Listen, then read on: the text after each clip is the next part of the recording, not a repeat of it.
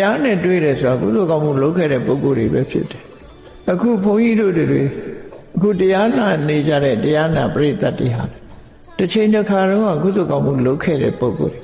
ကုသိုလ်နဲ့အလှမ်းဝေးတဲ့ပုဂ္ဂိုလ်ဆိုရင်တရားပွဲနာတော့လာမှာမဟုတ်ဘူးဒါသိကြတယ်နော်တရားနာဖို့စိတ်ကူးတော့ရမှာမဟုတ်ဘူးစတိတ်ရှိုးတို့ဘာတို့ပဲသွားကြမှာအဲ့ဒါလို့ဝါဒနာကိုမပါဘူးအဲ့ဒါလို့ခုလိုဝါဒနာပါဖို့ဆိုတဲ့ဒီနှလုံးသွင်းအစ္ဆတရားရရှိလာတာအတိတ်ဘဝနဲ့ဆက်သွယ်လာတယ်လို့ဆိုတယ်ပြီးတော့တရားကိုနာယူနိုင်တဲ့အသိပညာရှိဖို့ဆိုတာလေ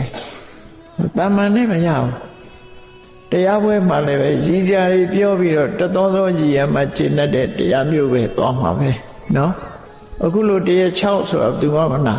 တရား6ဆိုတာအာယုဆိုင်ပြီးတော့နားထောင်ရတယ်နားလဲအောင်နားထောင်ရတယ်ရည်ကြလည်းမပါဘူးမောစရာလည်းမပါဘူး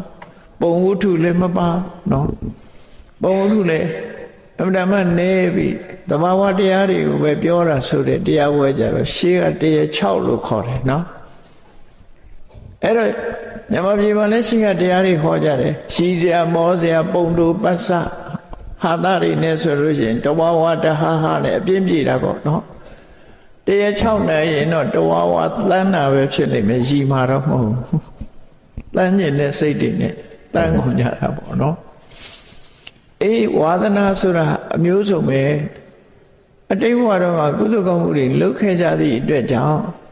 ဒီလိုတရားတွေကိုနာယူနိုင်တယ်တရားပွဲလာနိုင်တယ်ဆိုတာဟာလေအဆင့်တစ်ခုပဲလို့မှတ်သားကြရမှာဖြစ်တယ်နော်နောက်ပြီးတော့သူလုပ်ခဲ့တဲ့ကုသိုလ်ကောင်းမှုတွေဟာဝိဝတ္တုပနေတယကုသိုလ်လို့ဝိဝတ္တဥပနေတယကုသိုလ်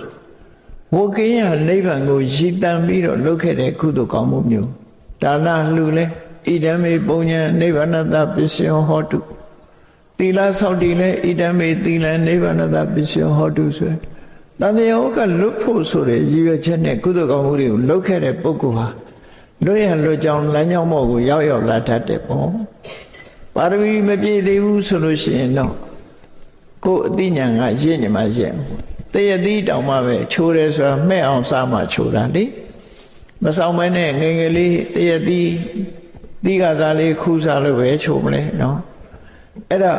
အချိန်ခါဆိုတာရှိတယ်လူတွေမှာလည်းပဲအသိဉာဏ်ရင့်ကျက်လာတဲ့အချိန်ဆိုတာရှိတယ်အဲ့ဒီလိုအချိန်ခါမျိုးမှသူကထူးခြားတဲ့အသိဉာဏ်တွေကဖြစ်ပေါ်လာ